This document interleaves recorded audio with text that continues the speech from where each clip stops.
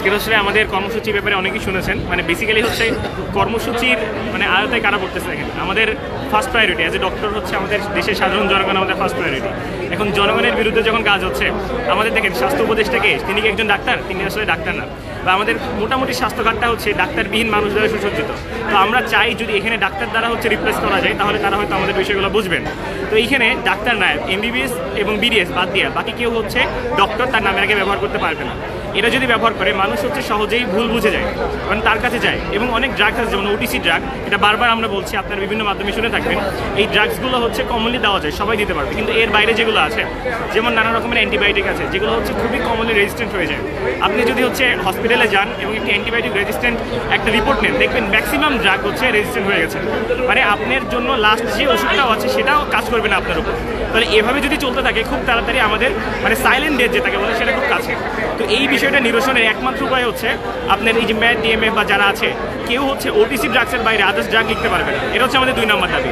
1 নম্বর দাবি যেটা বললাম, ডক্টর পদবি শুধুমাত্র হচ্ছে বিএমডিসি মানে নিয়ম অনুযায়ী, সেটা সারা বিশ্বের নিয়ম যে হচ্ছে এমবিবিএস আর হচ্ছে বিডিএস, এই দুইটা বাদ দিয়ে হচ্ছে কেউ ডক্টর ইউজ করতে পারবে না। এবং তার পাশাপাশি আরও হচ্ছে চিকিৎসা সুরক্ষা আইন, কারণ হচ্ছে কথায় কথায় চিকিৎসকদের বিরুদ্ধে কথা বলা হচ্ছে এবং তাদের নিয়ে মারামারি করা হচ্ছে, হত্যা করা হচ্ছে, ইভেন এমনও স্টোরি আছে। তো এই বিষয়গুলোর বিরুদ্ধে হচ্ছে আমাদের অবস্থান। আমরা চাই একটি সুন্দর স্বাস্থ্যখাত এবং দেশের স্বাস্থ্য সুরক্ষা আইন, যার ফলে হচ্ছে উপকৃত হবে দেশের সাধারণ জনগণ এবং তার পাশাপাশি দেশের মানুষও উপকৃত হবে। তো আমরা চাই হচ্ছে আমাদের নতুন যে বাংলাদেশ, 5 আগস্টের পরবর্তী বাংলাদেশ একটি সুন্দর বাংলাদেশ হোক।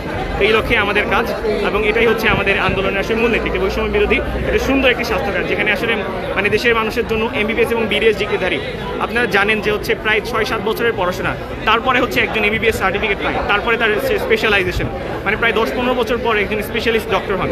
তাহলে তার একজন প্রেসক্রাইব করা একটা ড্রাগস, আর হচ্ছে একজন 6 মাস বা হচ্ছে 2 বছরের, সর্বোচ্চ 6 মাসের মধ্যে তারা স্বল্প সময়ে যে ডাক্তার পদবি চাচ্ছে, তো এর মধ্যে কতটা পার্থক্য হবে?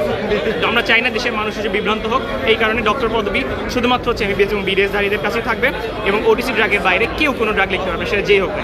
আজকে কর্মসূচি হচ্ছে এটা সকল জনগণকে জানানো, কারণ হচ্ছে অনেকেই বিষয়টা জানে না আসলে আমরা কিসের জন্য দাঁড়িয়েছি।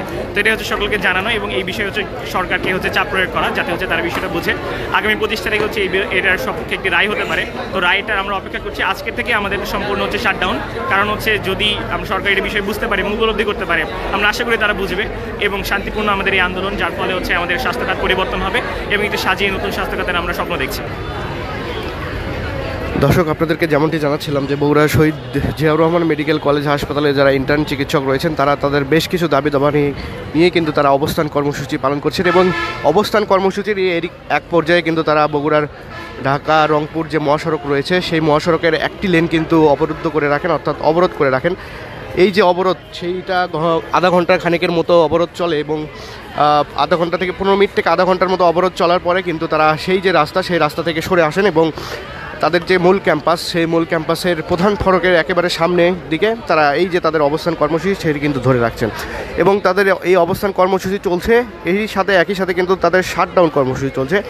যেহেতু বগুড়া সহ সারা দেশেই তাদের বিভিন্ন কর্মসূচি চলছে, বগুড়ায় যারা চিকিৎসক রয়েছেন, ইন্টার্ন চিকিৎসক, তারা শাটডাউন কর্মসূচি পালন করছেন, এবং এই যে শাটডাউন কর্মসূচি, এর ফলে কিন্তু তারা তাদের কাজে যোগ দিচ্ছেন না, এবং এই কাজে যোগ না দেওয়ার ফলে কিন্তু তাদের চিকিৎসকের একটি ঘাটতি কিন্তু দেখাই যায়। কারণ ইন্টার্ন চিকিৎসকের উপর অনেকটাই নির্ভর করে বগুড়া শহীদ জিয়াউর রহমান মেডিকেল কলেজ হাসপাতাল।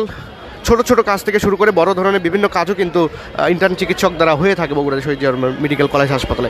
এবং এই যে চিকিৎসকের ঘাটতি মোকাবেলায় কিন্তু রোগীদেরকে ভোগান্তি পোহাতে হচ্ছে, এবং এই যে রোগীদের ভোগান্তি পোহাতে হচ্ছে, এতে করে কিন্তু দূর দূরান্ত থেকে আমরা দেখি যে বগুড়ায় কিন্তু দূর দূরান্ত থেকে বিভিন্ন জেলা, আশেপাশের বিভিন্ন জেলা থেকে কিন্তু রোগীরা আসেন এই বগুড়া শহীদ জিয়াউর রহমান মেডিকেল কলেজ হাসপাতালে চিকিৎসা নিতে। তাদের কিন্তু দূর থেকে এসে একটি ভোগান্তির মধ্যে পোহাতে হচ্ছে, অর্থাৎ যে কাজটি তাদের 30 মিনিটে করা হতো, সেই কাজটি হতে কিন্তু তাদের 2 ঘন্টা, 1 ঘন্টা, 3 ঘন্টা সময় লাগছে। এই যে রোগীদের ভোগান্তি কবে কমবে, কখন কমবে, সেটা কিন্তু একেবারে অনিশ্চিত। কারণ আজকে তাদের কমপ্লিট শাটডাউন, তারা আজ সারাদিন তাদের এই যে কর্মসূচি, সেই কর্মসূচি পালন করবেন, এবং তাদের এই যে দাবি দেওয়া, আগামীতে হাইকোর্টের আদালতের একটি রায় আছে, তারা বলছে যে আদালতের রায়ের মাধ্যমে তাদের যে দাবি দফা, সেই দাবি দফা যদি পূরণ করা হয় তাহলে তারা তাদের পরবর্তীতে কোনো কর্মসূচিতে তারা সম্পৃক্ত হবেন না। দর্শক, এই ছিল বগুড়া শহীদ জিয়াউর রহমান মেডিকেল কলেজ হাসপাতাল থেকে আমার কাছে কমপ্লিট শাটডাউনের সর্বশেষ। এতক্ষণ যারা দৈনিক করতোয়ার সাথে যুক্ত ছিলেন, তাদেরকে ধন্যবাদ জানিয়ে বিদায় নিতে চাচ্ছি আমি রাহিনুর ইসলাম।